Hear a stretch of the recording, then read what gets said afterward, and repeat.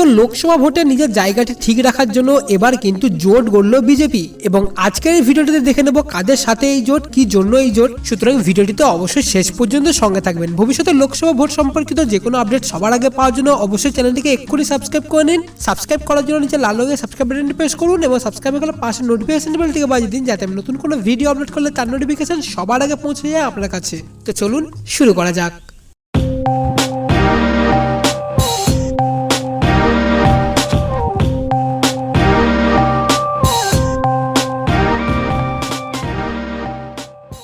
Video শুরুর আগে আপনাদের কাছে একটি রিকোয়েস্ট, ভিডিওটিকে অবশ্যই একটি লাইক দিয়ে দেবেন, কারণ আপনার একটি লাইক আমাকে অনেকটা উৎসাহিত করে পরবর্তী ভিডিও আপলোডের জন্য। তো যেমনটা আপনাদেরকে বললাম, বিজেপি সঙ্গী খুঁজে পেল উত্তরপ্রদেশে লোকসভা ভোটের মুখে সমঝোতায় কিস্তিবাদ করলো বিজেপি। মহারাষ্ট্রের শিবসেনার সঙ্গে চরম মনোমালিন্য সত্ত্বেও লোকসভা নির্বাচনের আগে জোট গড়তে সমর্থ হয়েছে বিজেপি।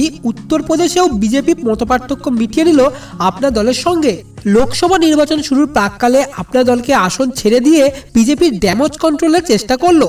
উল্লেখ্য, উত্তরপ্রদেশে এবার সপা বসপার জোট হওয়ায় বিজেপি ব্যাকফুটে চলে যায়। এদিকে কংগ্রেস উত্তরপ্রদেশের সবকটি আসনে প্রার্থী দিয়েছে, সপা বসপার সঙ্গে প্রাক নির্বাচনী কোনো জোটও হয়নি।